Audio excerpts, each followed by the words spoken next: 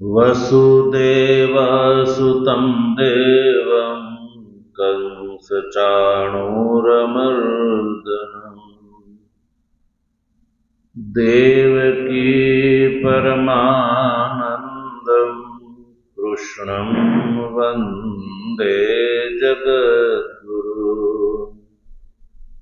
मूकं करोति वाचालं पंगुं लङ्घयते गिरिं यत्कृपातमहं वन्दे परमानन्दमाधवम्।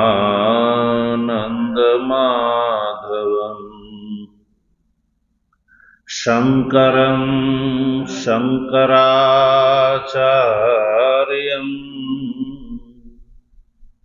केशवं बादरायणं सूत्रभाष्य कृतौ वन्दे भगवन्तौ पुनः पुनः। ईश्वरो गुरुरात्मेति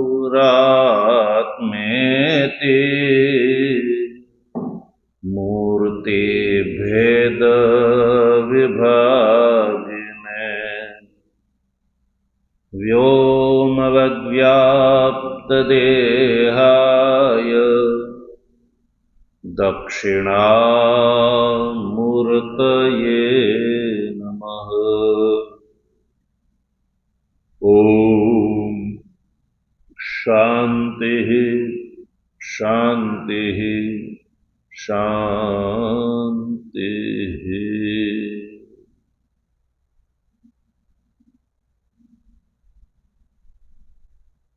तत्वजिज्ञासु सज्जनों, ભગવાનની પરમાનુકંપાથી શ્રીમદ ભગવદ્ ગીતાનો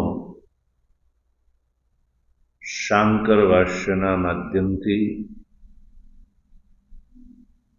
આપણે વિચાર કરી રહ્યા છીએ. વિચાર ક્રમમાં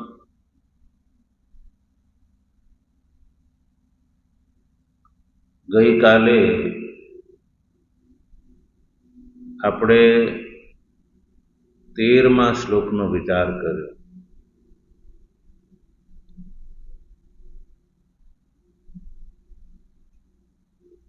આ શ્લોકમાં ભગવાન શ્રી કૃષ્ણએ દ્રષ્ટાંતના માધ્યમથી આત્મા નિત્ય છે એ સ્પષ્ટ કર્યું.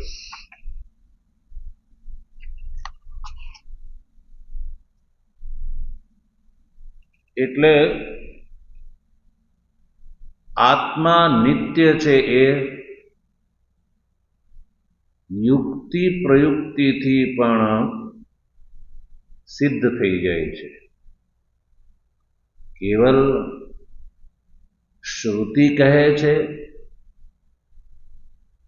એટલા માટે જ માની લેવાની વાત એવું નથી, પણ આત્મા નિત્ય છે એ વાત શ્રુતિથી અતિરિક્ત ન્યાયથી એટલે કે યુક્તિથી પણ આ વાત સિદ્ધ થઈ ગઈ છે.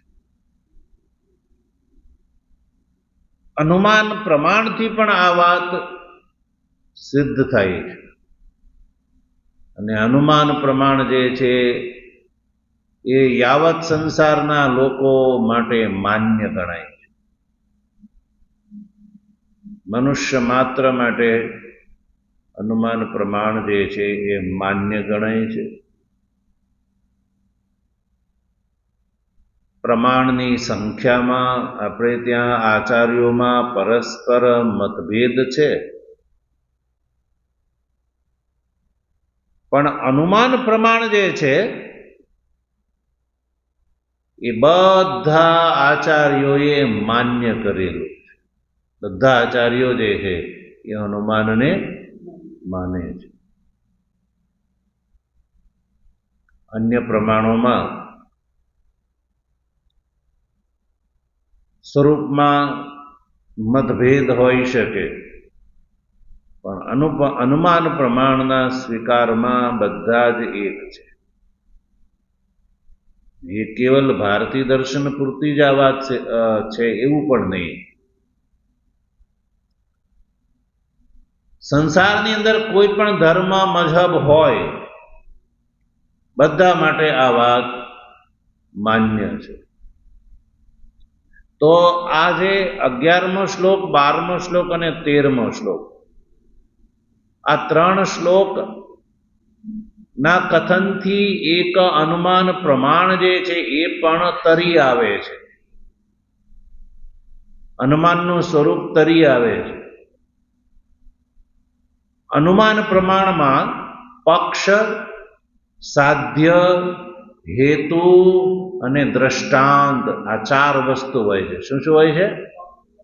પક્ષ, સાધ્ય, હેતુ અને દ્રષ્ટાંત આ 4 મુખ્ય હોય છે. નિગમન પણ હોય છે, પણ 4 મુખ્ય ગણાય છે. પક્ષ એટલે વિવાદનો વિષય હોય એને પક્ષ કહેવામાં આવે. વિવાદનો વિષય એટલે કે જેનો નિર્ણય કરવો છે, જે અત્યારે વિવાદનો વિષય છે અને એનો નિર્ણય કરવાનો છે, તો એ પક્ષ કહેવાય. પછી એ પક્ષમાં શું સિદ્ધ કરવાનું છે? વિવાદનો વિષય જે છે એ એમાં શું સિદ્ધ કરવાનું છે એને સાધ્ય કહેવામાં આવે છે. જેમ કે અહીંયા આત્મા છે. વિવાદનો વિષય શું છે? અહીંયા આત્મા. વિવાદ એટલે વિચાર. વિચાર જેનો વિચાર કરવાનો છે, વિચારનો વિષય છે અહીંયા આત્મા. કે આત્મા શોક કરવા યોગ્ય છે કે નહીં, આ શું છે? વિષય, વિવાદ છે. અર્જુન કહે છે કે આત્મા શોકનો વિષય છે, ભગવાન કહે છે કે નથી. તો હજી એ વિવાદનો વિષય છે, વિમત છે. શું છે? વિમત છે, નક્કી થયું નથી. તો સિદ્ધ શું કરવાનું છે? આત્મા એ પક્ષ છે, સિદ્ધ કરવાનું છે. ભગવાન શ્રી કૃષ્ણે સિદ્ધ કરવાનું છે કે આત્મા અશોચ્ય છે. એ સિદ્ધ કરવાનું છે. આત્મા અશોચ્ય છે. તો પક્ષ છે આત્મા, સાધ્ય છે અશોચત્વ, હેતુ છે નિત્યત્વ, હેતુ છે નિત્યત્વ અને વ્યતિરેકી દ્રષ્ટાંત છે. તો પક્ષ છે આત્મા, એ પક્ષ છે કે એ શોક કરવા યોગ્ય છે કે નથી. તો ભગવાન શ્રી કૃષ્ણ કહે છે કે આત્મા અશોચ્ય છે. આત્મા અશોચ્ય છે, એ સાધ્ય છે. તો તમે કીધું કે આત્મા અશોચ્ય છે, તો હેતુ બતાવો, કારણ બતાવો. તો કહ્યું કે નિત્ય હોવાથી. હેતુ શું છે? નિત્ય હોવાથી આત્મા અશોચ્ય છે. જે પદાર્થ નિત્ય હોય એ બધા અશોચ્ય હોય છે. એ સાહચર્ય નિયમ છે. જે નિત્ય હોય એ અશોચ્ય હોય છે. આત્મા નિત્ય છે એટલે અશોચ્ય છે. તો દ્રષ્ટાંતથી બતાવ્યું કે આત્મા નિત્ય કેવી રીતે છે, એ દ્રષ્ટાંત બતાવ્યું 13મા શ્લોકમાં. 11મા શ્લોકમાં આત્મા અશોચ્ય છે એ બતાવ્યું. 12મા શ્લોકમાં હેતુ બતાવ્યો આત્મા નિત્ય છે એટલે અશોચ્ય છે. નિત્ય કેવી રીતે છે એમાં દ્રષ્ટાંત બતાવ્યું કે દ્રષ્ટાંત 13મા શ્લોકમાં બતાવ્યું. જેવી રીતે આ દેહી છે એને કૌમાર, યૌવન અને જરા આ અવસ્થાંતર, શરીરમાં આ અવસ્થા આવે જ, પણ શરીરની અવસ્થા બદલાવાથી આત્મા બદલાતો નથી. તો જેમ અવસ્થા બદલાવાથી આત્મા નથી બદલાતો, એમ દેહાંતરથી પણ આત્મા બદલાતો નથી. એટલે આત્મા નિત્ય છે એ સાબિત થાય છે. તો પ્રતિજ્ઞા, હેતુ અને દ્રષ્ટાંત, આમ અનુમાનથી એક વાત એ નક્કી થઈ ગઈ કે આત્મા નિત્ય છે. અને નિત્ય છે એટલે આત્માના વિનાશના નિમિત્તે શોક કરવો યોગ્ય નથી, એ વાત સાબિત થઈ ગઈ, અશોચ્ય છે. એટલે હવે વાત પતી ગઈ કે ભાઈ આત્મા મૃત્યુ પામશે એ નિમિત્તે જે અર્જુન શોક કરતો હતો, તો ભગવાન શ્રી કૃષ્ણએ એને બિલકુલ પ્રમાણ સહિત સ્પષ્ટ કરી દીધું કે આત્મા નિત્ય છે, એટલે શોકનો વિષય નથી. એટલે શોક કરવો જોઈએ નહીં. આત્મા મૃત્યુ પામશે એવો શોક કરવો જોઈએ નહીં. એ વાત નક્કી થઈ ગઈ. તો આત્મા આ રીતે શ્રુત્યાદિ પ્રમાણથી નિત્ય છે નક્કી થઈ ગયું. એટલે નિત્ય હોવાથી ઉત્પત્તિ અને વિનાશ પ્રયુક્ત જે શોક મોહ છે, એ શોક મોહ ઘટતો નથી. એ વાત સ્પષ્ટ થઈ ગઈ. તો હવે પ્રકારાંતરથી શોક મોહ જે છે એ થાય એવું કહે છે આગળ. પ્રકારાંતરથી શોક મોહ થઈ શકે. ચાલો, આત્માના મૃત્યુ નિમિત્તે શોક મોહ કરવો યોગ્ય નથી. તો હવે બીજો પ્રકાર લાવે છે, બીજું કારણ, શોક અને મોહનું કારણ બીજું ઉપસ્થિત કરે છે. પહેલું કારણ થયું આત્માના મૃત્યુ નિમિત્તક શોક મોહ. આત્માના મૃત્યુ નિમિત્તક શોક મોહ એટલે આત્માનું મૃત્યુ નથી એટલે એ શોક મોહ ઘટતો નથી. હવે પ્રકારાંતર એ છે કે વ્યવહાર દશામાં સુખ દુઃખ થાય છે કે નથી થતા બધાને? શીતોષ્ણ નિમિત્તક સુખ દુઃખ થાય છે કે નહીં? તો એક પ્રકાર બીજો ઉભો કરે છે શોકનો. એ પ્રકાર આ 14મા શ્લોકમાં એ સ્પષ્ટ થશે. એ પ્રકાર એટલે આપણે 14મા શ્લોકમાં નું જે અવતરણ છે, અવતરણ એટલે પૂર્વ પ્રાપ્ત, શ્લોકના વિષયમાં પૂર્વ કથન, કે આ શ્લોકમાં શું ભગવાન કહેવાના છે, શું કહી રહ્યા છે, એનું પૂર્વ કથન. પૂર્વ કથનમાં સૌથી પહેલા શું કહેજો? યદ્યપિ આત્મવિનાશ નિમિત્તો મોહો ન સંભવતી નિત્ય આત્મા ઇતિ વિજાનતઃ. બરાબર? તથાપિ શીતોષ્ણ સુખ દુઃખ પ્રાપ્તિ નિમિત્તો મોહ લૌકિકો દૃશ્યતે. સુખ વિયોગ નિમિત્તો દુઃખ સંયોગાદિ નિમિત્તશ્ચ શોકઃ ઇતિ એતદ અર્જુનસ્ય વચનમ આશંક્ય ભગવાન આહ. અર્જુનસ્ય વચનમ આશંક્ય, અર્જુનના વચનની આશંકા કરીને ભગવાન એ આશંકાની નિવૃત્તિ કરે છે. ભગવાનને ખબર પડી કે અર્જુન આવી આશંકા કરી શકે, એટલે એ આશંકાને ધ્યાનમાં રાખીને ભગવાન એનો ઉત્તર આપે છે, એટલે કે એ આશંકાની નિવૃત્તિ કરે છે. અર્જુન કદાચ એમ કે ભગવાન સારું, નિત્ય આત્મા છે એ તમે વાત સ્પષ્ટ કરી દીધી, સિદ્ધ કરી દીધી. નિત્ય આત્મા એ વાત 11, 12 અને 13 આ 3 શ્લોકના માધ્યમથી એ વાત નક્કી થઈ ગઈ કે આત્મા નિત્ય છે. તો નિત્ય આત્મા ઇતિ વિજાનત, પંક્તિમાં જો, નિત્ય આત્મા ઇતિ વિજાનત, આત્મા નિત્ય છે એ જાણવાથી, યદ્યપિ આત્માના વિનાશ નિમિત્ત, વિનાશની સાથે સાથે ઉત્પત્તિ પણ લઈ લેવાની, એટલે કે આત્માના ઉત્પત્તિ અને વિનાશના નિમિત્તે શોક અને મોહ ઘટતો નથી.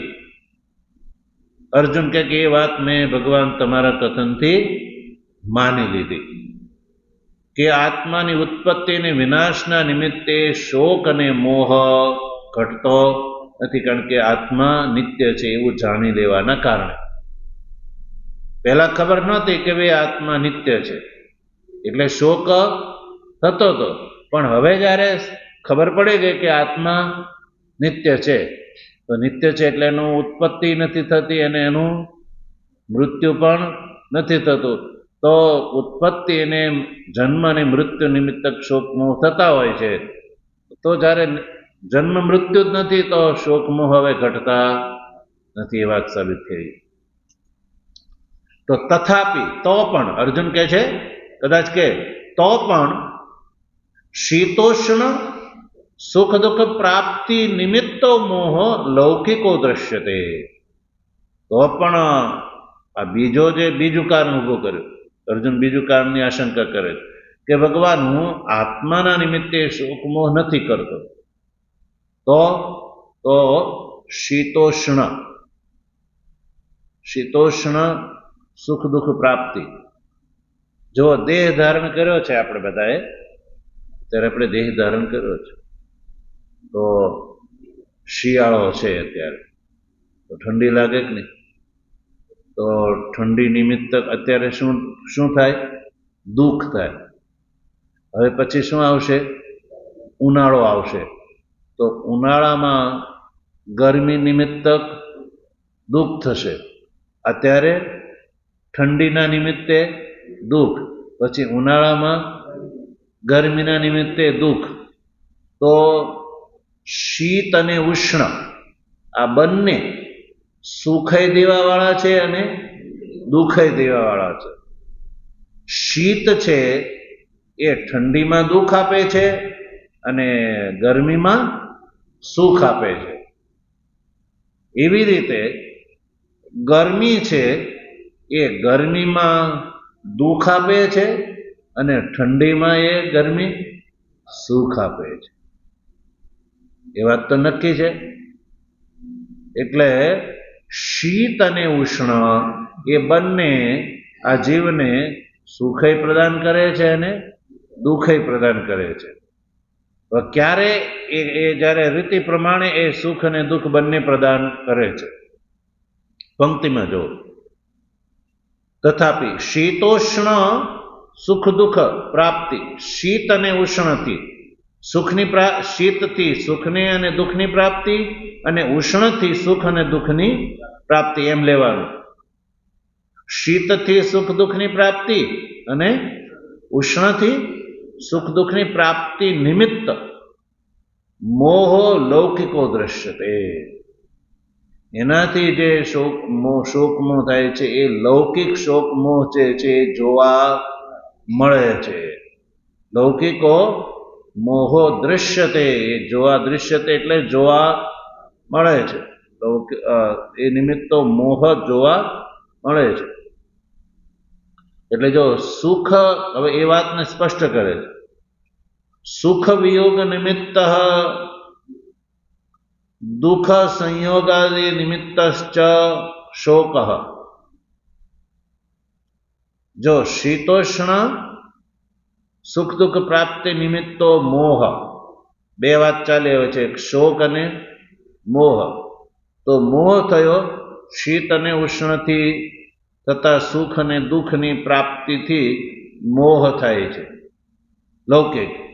અને સુખ વિયોગ નિમિત્ત, સુખનો વિયોગ થાય ત્યારે શું થાય? શોક થાય. શું થાય છે? શોક થાય છે. કોઈ સુખનો વિયોગ છે, સુખનો વિયોગ એટલે સુખ દૂર થઈ જવું, સુખ ન મળવું, સુખનું ચાલ્યું જવું, એને શું કહેવામાં આવે?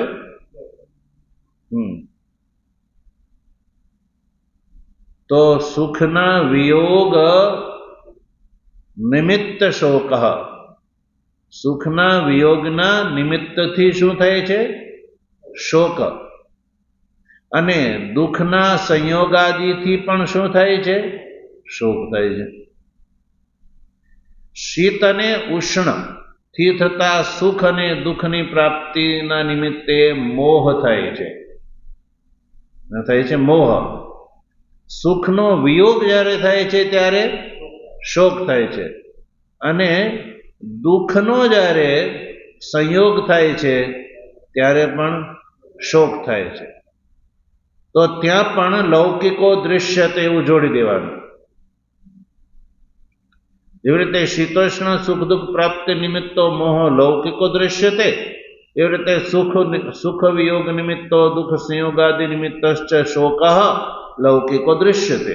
આ બંને શોક અને મોહ લોક એટલે વ્યવહાર અવસ્થામાં તો જોવા મળે જ છે. ભલે આત્મા નિત્ય છે, એ નિત્ય હોવાથી એ શોક મોહ નથી ઘટતા એ વાત તો માની લીધી, પણ આ નિમિત્તક સુખ દુઃખાદિ નિમિત્તક શીતોષ્ણાથી થતા સુખ દુઃખ અને સુખ દુઃખના સંયોગને વિયોગથી થતા શોક, આ તો બધાને થાય છે. જ્ઞાનીને પણ થાય છે. જેને આત્મા નિત્ય છે એવું જ્ઞાન થઈ ગયું, એને પણ આ શોક અને મોહ વશિષ્ઠજીને પણ થયા હતા. વશિષ્ઠજી જે છે એ મહાજ્ઞાની છે. વશિષ્ઠજીનું પાત્ર રામજીના ગુરુ, કોણ? ભગવાન રામને જેણે જ્ઞાન પ્રદાન કર્યું. રામ અને વશિષ્ઠનો સંવાદ એને યોગ વાસિષ્ઠ મહારામાયણ કહેવામાં આવે છે. યોગ વાસિષ્ઠ મહારામાયણ. તો વશિષ્ઠજીના પુત્રના મૃત્યુ નિમિત્તે વશિષ્ઠજીને પણ શોક મોહ થયા હતા. તો જ્ઞાનીને પણ શોક મોહ થતા જોવા મળે છે. યદ્યપિ એને એ બોધ છે આત્મા નિત્ય છે, એટલે આત્માના મૃત્યુ યા ઉત્પત્તિ વિનાશ નિમિત્ત શોકમોહ એને નથી થયો. પણ એ જે શોકમોહ થયો એ આ લૌકિકો સુખ દુઃખ પ્રાપ્તિ નિમિત્ત અને સુખ દુઃખના વિયોગ સંયોગ નિમિત્ત શોક, એટલે એને શોક મોહ થાય છે. એટલે અર્જુન જે છે ભગવાનની સામે આ દલીલ કરે, અર્જુનસ્ય વચનમ આશંક્ય, અર્જુન આવો પ્રશ્ન ભગવાનની સામે ઉભો કરી શકે. એ અર્જુનની આ આશંકાને ધ્યાનમાં રાખીને ભગવાન 14મો શ્લોક જે છે એ બતાવે છે. ભગવાનના કથનને 14મા શ્લોકથી બતાવે છે વ્યાસજી મહારાજ. પ્રશ્ન સમજાઈ ગયો? હવે આપણે શ્લોકમાં જઈએ. ભગવાન એ આશંકાને ધ્યાનમાં રાખીને શ્લોકથી ઉત્તર બતાવે છે. પ્રશ્ન શ્લોકમાં નહીં જોવા મળે. પ્રશ્ન તો ભાષ્યકાર ઉઠાવે છે. એટલે શ્લોકથી હવે એનો ઉત્તર થશે કે લૌકિક શોક મોહ પણ ઘટતા નથી, એ પણ કરવા યોગ્ય નથી એ બતાવે છે. તો શ્લોકમાં જોઈએ આપણે. માત્ર સ્પર્શાસ્તુ કૌંતેય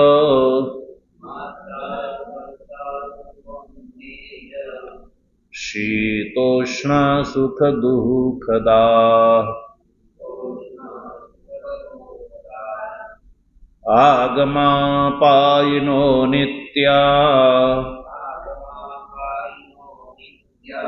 સ્થાં સ્થિતિક્ષસ્વ ભારત. માત્ર સ્પર્શાસ્તુ કૌંતેય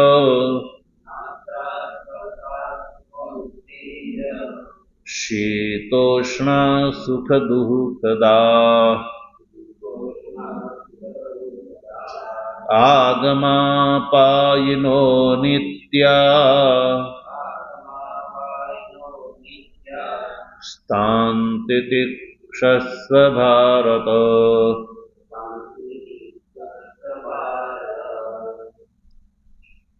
તો આ છે શ્લોકનું સ્વરૂપ. હવે આપણે શ્લોકના અર્થમાં પ્રવેશ કરવા માટે સૌથી પહેલા સંધિ વિગ્રહ કરીશું. તો પૂર્વાર્ધનું પ્રથમ ચરણ માત્રા સ્પર્શાસ્તુ કૌંતેય, એ ચરણમાં બે પદ છે, માત્રા સ્પર્શાસ્તુ અને કૌંતેય. એમાં પ્રથમ પદ છે માત્રા સ્પર્શાસ્તુ, એમાં 3 શબ્દ છૂટા પડશે. માત્રા સ્પર્શા, યા બે જ છૂટા પાડીએ તો પણ ચાલશે. માત્રા સ્પર્શાહ એક પદ, તું એ બીજું પદ છે. માત્રા સ્પર્શાહ. પછી કૌંતેય એ સંબોધન છે અર્જુન માટે. પછી બીજું ચરણ છે તે એક જ પદ છે, શીતોષ્ણ સુખ દુઃખદા, એમાં કોઈ સંધિ નથી. ઉત્તરાર્ધમાં આખા ઉત્તરાર્ધમાં બે પદ છે, આગમા પાયનો નિત્યાંસ્તાન તિતિક્ષસ્વ એ એક પદ, ભારત એ બીજું પદ. તો ભારત જે છે એ તો સંબોધન છે.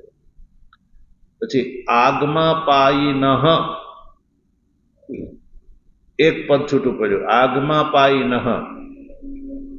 પછી અનિત્યાન બીજું પદ, તાન એ ત્રીજું પદ, તિતિક્ષસ્વ એ ચતુર્થ પદ. આ રીતે 4 પદ છૂટા પડ્યા સમાસ. આગમા પાયિનઃ, અનિત્યાન, તાન, તિતિક્ષસ્વ. આ રીતે.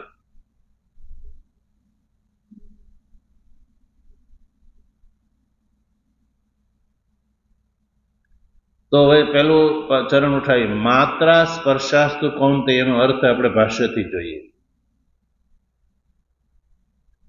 ભાષ્યકાર એનો અર્થ કરે છે માત્રા સ્પર્શાસ્તુ કૌંતેય, એ શ્લોકનો જો ભાષ્યમાં જો, માત્રાહ આભિર્મીયન્તે શબ્દાદયઃ ઇતિ શ્રોત્રાદીની ઇન્દ્રિયાણી માત્રાણામ સ્પર્શાઃ શબ્દાદિભિઃ સંયોગાઃ તે શીતોષ્ણ સુખ દુઃખદાઃ શીતમ ઉષ્ણમ સુખમ દુઃખમ ચ પ્રયચ્છન્તિ ઇતિ.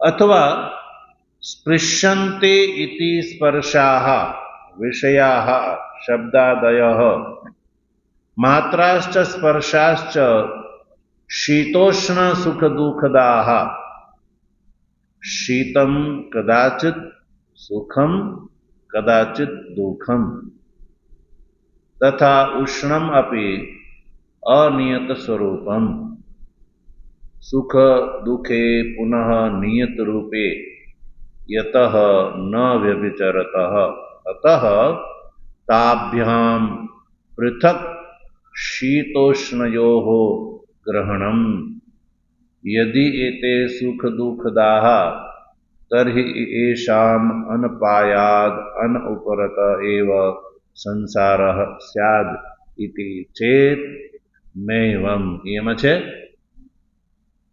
યસ્માત તે માત્રાદય. હવે અહીંયા સુધી એ પૂર્વાર્ધ છે, પછીનું ઉત્તરાર્ધ છે. એટલે પૂર્વાર્ધ જોઈ લઈએ આપણે.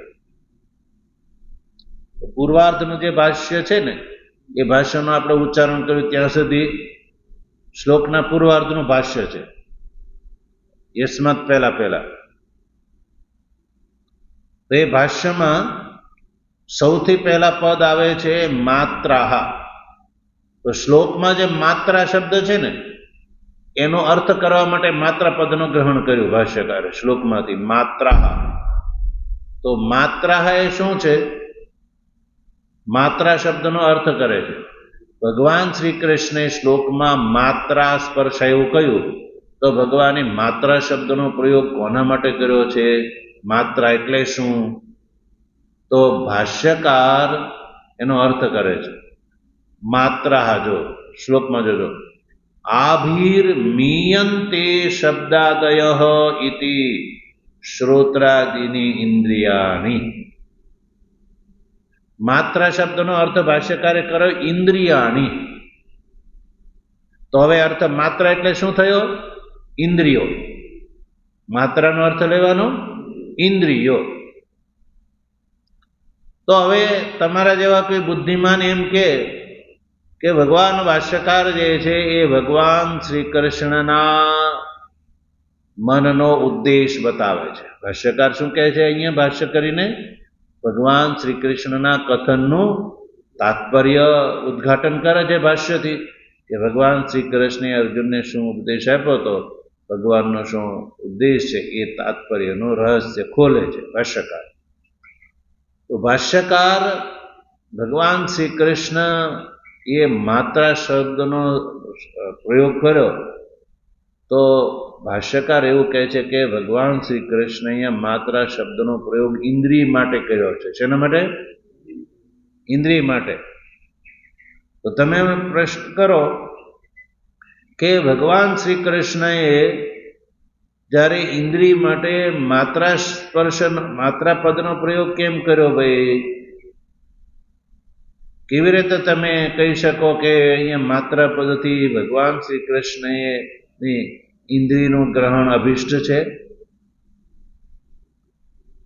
જો એવું હોય, ભગવાન શ્રી કૃષ્ણને માત્રા સ્પર્શના પ્રયોગ માટે ઇન્દ્રિય શબ્દનો જ અર્થ અભિષ્ટ હોય, તો જ્યાં જ્યાં ભગવાન શ્રી કૃષ્ણએ ગીતામાં ઇન્દ્રિય શબ્દનો પ્રયોગ ત્યાં ત્યાં કેવો શબ્દ પ્રયોગ કરવો જોઈતો હતો?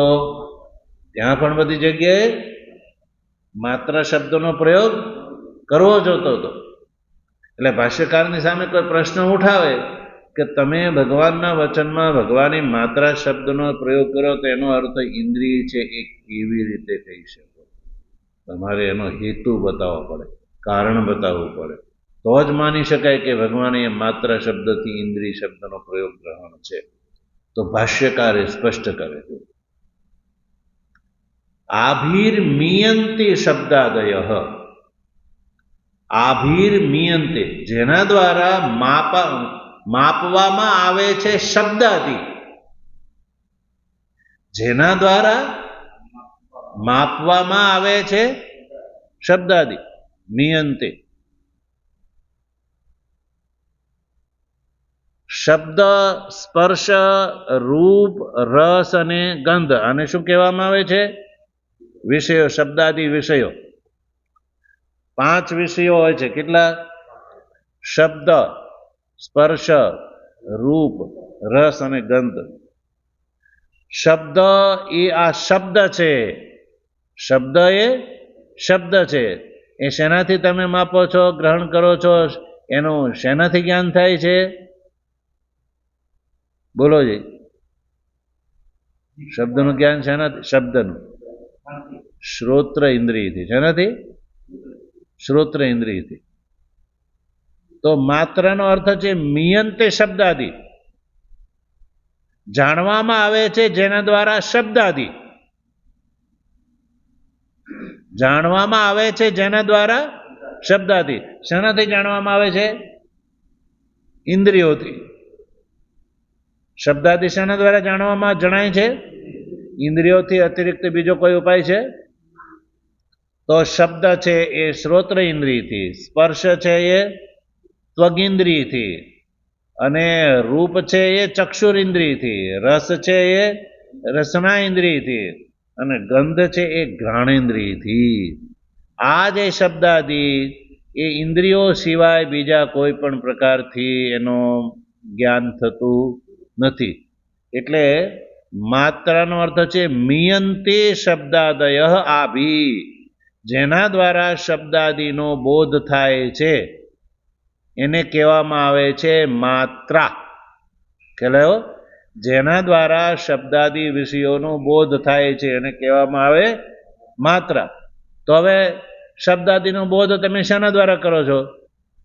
ઇન્દ્રિયોથી અતિરિક્ત બીજો કોઈ વિકલ્પ નથી. એટલે માત્રા શબ્દનો અર્થ થયો ઇન્દ્રિય. આ વ્યુત્પત્તિથી અર્થ થયો. બીજું કદાચ કોઈ હોય ઇન્દ્રિયથી અતિરિક્ત તો કહી શકાય કે હા બીજું પણ હોઈ શકે, પણ એવું કહે છે શબ્દાદિ વિષયોનો બોધ ઇન્દ્રિયો વગર થઈ શકતો નથી. એટલે માત્રા પદથી અહીંયા ગ્રહણ કરવાની છે ઇન્દ્રિયો. એટલે જો કયો શ્રોત્રાદિની ઇન્દ્રિયાણી. માત્રા શબ્દનો અર્થ થયો શ્રોત્રાદિની ઇન્દ્રિયાણી. શ્રોત્રાદિ આદિથી શ્રોત્ર, ત્વગ, ચક્ષુ, રસના અને ઘ્રાણ. હવે ઠંડીનો અનુભવ જે છે એ શેનાથી થાય છે? હા, ગરમીનો અનુભવ સ્પર્શ થાય. તમને ઠંડી લાગી, ત્વગિન્દ્રિય દ્વારા ઠંડી લાગી એટલે શિયાળો ચાલતો હોય તો દુઃખ થયું. ઉનાળાના સમયમાં વૈશાખ જેઠ ચાલતો હોય અને ગરમી લાગી, ગરમી લાગવા નિમિત્ત દુઃખ થયું. શું થયું? દુઃખ થયું. અને શિયાળામાં સુખ થયું. એવી રીતે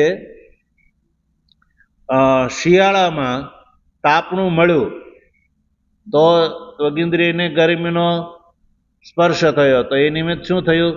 સુખ થયું. અને ઉનાળામાં એર કન્ડિશનમાં બેઠા અને ઠંડીનો સ્પર્શનો અનુભવ થયો તો એ નિમિત્તે શું થયું? સુખ થયું. તો ઠંડી ને ગરમી બે સુખય આપે છે અને દુઃખય આપે છે. તો એ જે છે ઇન્દ્રિયોથી જ ખબર પડે કે ને.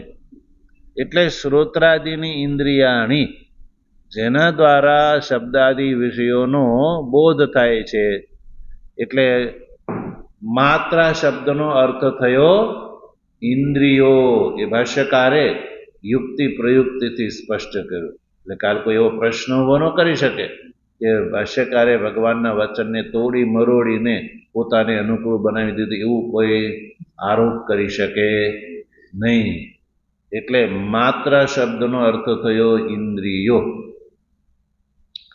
હવે જો આખા શબ્દને અર્થ કરે છે માત્રા સ્પર્શાહ. એ પૂરો શબ્દ ગ્રહણ કરે છે. માત્રાણામ સ્પર્શાહ માત્રા સ્પર્શાહ. માત્રાણામ સ્પર્શાહ માત્રા સ્પર્શાહ.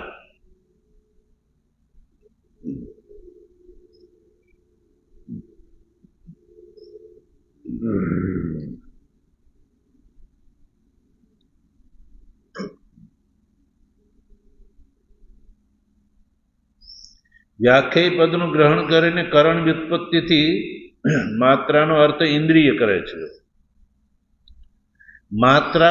માત્રાઓના જે સ્પર્શો છે, સ્પર્શનો અર્થ છે શબ્દાદિ. શબ્દાદિઓની સાથે સંયોગ. સ્પર્શનો અર્થ છે સંયોગ. સ્પર્શનો અર્થ છે સંયોગ. તો માત્રા સ્પર્શા. માત્રા સ્પર્શનો અર્થ તો ઇન્દ્રિયોનો વિષયોની સાથે સંયોગ. એ માત્રા સ્પર્શનો ટોટલ અર્થ થઈ ગયો કે માત્રાણામ એટલે ઇન્દ્રિયો. ઇન્દ્રિયાણામ માત્રાણામ થયું ઇન્દ્રિયાણામ સ્પર્શા શબ્દાદિ સંયોગ. સ્પર્શા શબ્દનો અર્થ છે શબ્દાદિઓની સાથે સંયોગ. ઇન્દ્રિયોનો શબ્દાદિ વિષયોની સાથે સંયોગ. સમજાણું? એટલે માત્રા સ્પર્શા એ જે શ્લોકસ્થ જે પદ છે એ પદનો ટોટલ અર્થ થયો ઇન્દ્રિયોનો શબ્દાદિ વિષયોની સાથે સંયોગ. એને કહેવામાં આવે માત્રા સ્પર્શા. સ્પષ્ટ થઈ ગયું? ભગવાન શું કહેવા માંગે છે આગળ? એ કહે છે કે તે શીતોષ્ણ સુખ દુઃખદાહ. તે શીતોષ્ણ સુખ દુઃખદાહ. તેનો અર્થ છે ઇન્દ્રિયોનો વિષયોની સાથે સંયોગ. એ શું કરે છે? શીતોષ્ણ સુખ દુઃખદાહ. ઇન્દ્રિયોનો શબ્દાદિ વિષયોની સાથે સંયોગ. તો સંયોગ થતા ઠંડીનો અનુભવ થયો. જો ઇન્દ્રિયો જ્યારે શબ્દાદી વિષયોના સંપર્કમાં આવે છે ત્યારે શીત, સ્પર્શ નિમિત્તક શીત અને સ્પર્શ નિમિત્તક ઉષ્ણ, કે ને, તો શીતોષ્ણ, ઠંડી ગરમી. એ ઠંડી ગરમીથી શેનો અનુભવ થાય છે? સુખ અને દુઃખનો. સુખ અને દુઃખનો અનુભવ કોને થાય છે? અંતઃકરણને થાય છે. ઇન્દ્રિયો જ્યારે શબ્દાદી વિષયોના સંપર્કમાં આવે ત્યારે, હવે અહીંયા એક રહસ્ય છે કે શીત અને ઉષ્ણનો અનુભવ કોને થાય છે? 5 ઇન્દ્રિયોમાં શીતોષ્ણનો અનુભવ કોને થાય છે? ત્વગિન્દ્રિયને. શ્રોત્ર તો કેવલ સાંભળવાનું કામ કરે છે. શ્રોત્ર તો સાંભળવાનું કામ કરે છે. ત્વગિન્દ્રિય જે છે એ સ્પર્શ કરે છે. ત્વગિન્દ્રિયથી સ્પર્શ થાય તો એનાથી ઠંડી ગરમીનો અનુભવ ત્વગિન્દ્રિયથી જ થાય છે. શ્રોત્રથી થાય છે, ચક્ષુથી થાય છે, તો જીભથી યા નાકથી નહીં. સ્પર્શ વિષય જે છે એ ત્વગિન્દ્રિયનો વિષય છે. શબ્દ સ્પર્શ. તો સ્પર્શ જે છે, ઠંડી ગરમી જે છે એ સ્પર્શ છે. એ નિમિત્તક સુખ દુઃખ થાય છે. એટલે ઇન્દ્રિયોનો, એમાં તો બહુવચનનો પ્રયોગ, બધી ઇન્દ્રિયો, સ્પર્શ જે છે એ વિષયોની સાથે સંયોગ બધાનો થાય છે, પણ એમાં કેવલ આ એક વસ્તુ લેવાની છે. એનાથી શીતોષ્ણનો અનુભવ થાય. પહેલા ત્વગિન્દ્રિયથી શીત. ત્વગિન્દ્રિય જ્યારે સ્પર્શના સંયોગમાં આવે, ત્વગિન્દ્રિય જ્યારે સ્પર્શ વિષયના સંયોગમાં આવે ત્યારે ઠંડી અને ગરમી લાગે. શું લાગે છે? ઠંડી. ઠંડીના સમયમાં ઠંડી અને ગરમીના સમયમાં ગરમી. ઠંડી અને ગરમીને માટે અહીંયા શીત અને ઉષ્ણ શબ્દનો પ્રયોગ છે. તો એ શીત અને ઉષ્ણ એનાથી શું થાય છે? સુખ દુઃખ થાય છે. એટલે શીતોષ્ણ એ બેઉ સુખ દુઃખદા છે. શીતોષ્ણ એ બંને સુખય આપે છે અને દુઃખય આપે છે. એટલે શીતોષ્ણ જે છે એ સુખ દુઃખદા છે. એ શીતોષ્ણ સુખ દુઃખદાહ એ પદ છે એ શ્લોકનું પદ છે. હવે ભાષ્યકાર એનું વધારે સ્પષ્ટ વિવેચન કરે છે. ભાષ્ય કરે છે, શીતમ ઉષ્ણમ સુખમ દુઃખમ ચ પ્રયચ્છન્તિ ઇતિ. શીત અને ઉષ્ણ બંને સુખ અને દુઃખ બેઉ પ્રદાન કરે છે. એટલે શીત સુખમ દુઃખમ ચ પ્રયચ્છન્તિ, ઉષ્ણમ સુખમ દુઃખમ ચ પ્રયચ્છન્તિ. ઠંડી જે છે સુખ ને દુઃખ બંને પ્રદાન કરે છે, અને ગરમી જે છે એ પણ સુખ અને દુઃખ બંને પ્રદાન કરે છે. એ ક્યારે આ વસ્તુ બને છે? કે ઋતુ નિમિત્તે. શિયાળાની ઋતુ ચાલતી હોય તો એ વખતે ઠંડી દુઃખ પ્રદાન કરે છે, અને ઉનાળાની ઋતુ ચાલતી હોય તો એ વખતે ઠંડી સુખ પ્રદાન કરે છે. એટલે ઠંડી સુખ ને દુઃખ બેઉ પ્રદાન કરી નક્કી થઈ ગયું. હવે ઉનાળામાં ગરમી આવે છે, તો ગરમી જે છે એ ઉનાળામાં દુઃખ પ્રદાન કરે છે અને શિયાળામાં સુખ પ્રદાન કરે છે. એટલે ઠંડી ને ગરમી એ બેઉની અંદર સુખ દુઃખ દાતૃત્વ રહેલું છે. સુખ અને દુઃખ બંને દાતૃત્વ રહેલું છે. એટલે માત્રા સ્પર્શા જે છે હે કૌંતેય એ સંબોધન છે. એ હે કૌંતેય માત્રા સ્પર્શા એટલે કે ત્વગિન્દ્રિયનો સ્પર્શની સાથે સંયોગ થતા, ઠંડી ગરમીની સાથે સંયોગ થતા સુખ અને દુઃખ થાય છે. તો હવે અહીંયા આપણે છે ને જે એક વસ્તુ છે, 4 વસ્તુ છૂટેલી છે ને એ પણ ગ્રહણ કરવાની છે. સુખ અને દુઃખની પ્રાપ્તિ થાય છે એ વાત નક્કી.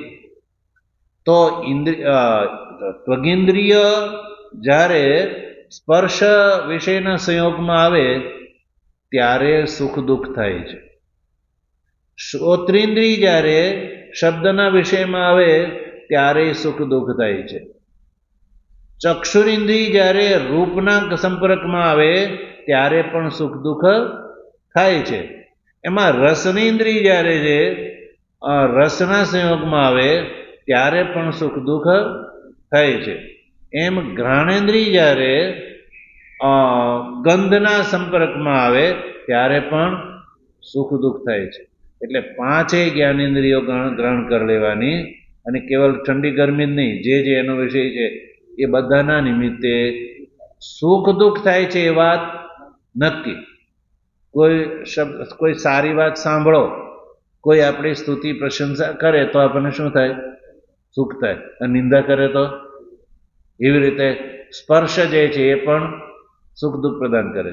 એવી રીતે રૂપ જે છે, કોઈ સરસ વસ્તુ જોવો તો આનંદ આવે, સુખ થાય, અને ખરાબ જોવો તો દુઃખ થાય. એવી રીતે ભાવતું ભોજન ન બન્યું હોય તો દુઃખ થાય, અને ભાવતું હોય તો દુઃખ થાય. એમ ગમતી ગંધ મળે તો સુખ થાય, અને અણગમતી મળે તો દુઃખ થાય છે. આ રીતે પાંચે પાંચ ઇન્દ્રિયો શબ્દાદિ વિષયોના સંપર્કમાં જ્યારે જ્યારે આવે છે ત્યારે સુખ અને દુઃખ થાય જ છે. ચાહે જ્ઞાની હોય કે અજ્ઞાની હોય, બધાને થાય. પશુ હોય, પક્ષી હોય, કીટ હોય, પતંગ હોય, મનુષ્ય હોય, એ બધાને આ વસ્તુ થાય જ છે. લોકમાં, વ્યવહાર ભૂમિમાં આ વસ્તુ બને જ છે. એટલે ભગવાન શ્રી કૃષ્ણ અર્જુનને એ કહેવા માંગે છે કે હે અર્જુન, જ્યારે જ્યારે ઇન્દ્રિયો શબ્દાદિ વિષયોના સંપર્કમાં આવે છે ને ત્યારે ત્યારે જ સુખ દુઃખ થાય છે. જ્યારે ઇન્દ્રિયો વિષયોના સંપર્કમાં શ્રોત્રાદિ ઇન્દ્રિયો શબ્દાદિ વિષયોના સંપર્કમાં નથી આવતી ત્યારે સુખ દુઃખનો અનુભવ થતો નથી. અર્જુનનો પ્રશ્ન શું છે કે આત્માના વિનાશ નિમિત્ત મોહ શોક મોહ ન થાય, પણ શીતોષ્ણ સુખ દુઃખ પ્રાપ્તિ નિમિત્ત તો શોક મોહ ભગવાન થાય જ ને. એટલે ભગવાન એનો ઉત્તર દેવા માંગે છે કે અર્જુન, એ હંમેશા નથી. એ સુખ દુઃખ છે એ હંમેશા નથી, પણ ક્યારે ક્યારે છે? જ્યારે જ્યારે શ્રોત્રાદિ ઇન્દ્રિયો શબ્દાદિ વિષયોના સંપર્કમાં આવે છે ત્યારે જ. અને એ હવે ઉત્તરાર્ધમાં ભગવાન કહે છે કે આગમાં પાઈ છે, આવે અને જાય, એટલે અનિત્ય છે. એટલે એનો સહન કર્યા વગર બીજો કોઈ છૂટકો નથી. એ ભગવાન ઉપાય બતાવે છે. એની નિવૃત્તિ થાય નહીં, એને સહન જ કરવાનું. એને માટે કોઈ ચમત્કાર સંભવ નથી. જો અહીંયા એ સમજવાની વાત છે. નહીં તો ભગવાન એમ ન કે હું તને આમ ચમત્કાર આપું, જા તને સુખ દુઃખ નહીં થાય, એવું નથી કહ્યું ભગવાન. એ તમે ક્યાંય એવી વાત આવતી, શોર્ટકટની કોઈ સવાલ જ નથી ઉભો થતો. તો ભગવાન એ ઉત્તરતા દ્વારા વ્યવહાર નિમિત્તે પણ શોક મોહ ઘટતો નથી એ વાત બતાવશે. આગળની વાત ભગવાનની કૃપા હશે તો આગળ કરીશું. ઓમ વસુદેવ સુતમ દેવમ કંસ ચાણૂરમર્દનમ દેવકી પરમાનંદમ કૃષ્ણમ વંદે જગદ્ગુરુમ મૂકં કરોતિ વાચાલમ પંગું લંઘયતે ગિરિમ યત્કૃપાતમહં વંદે પરમાનંદ માધવમ શંકરં શંકરાચાર્યં કેશવં બાદરાયણં સૂત્રભાષ્યકૃતૌ વંદે તદ્વંતૌ પુનઃ પુનઃ ઈશ્વરો ગુરુરાત્મેતિ મૂર્તિભેદાવિભાગિને વ્યોમવદ્વ્યાપ્તદેહાય દક્ષિણામૂર્તયે નમઃ.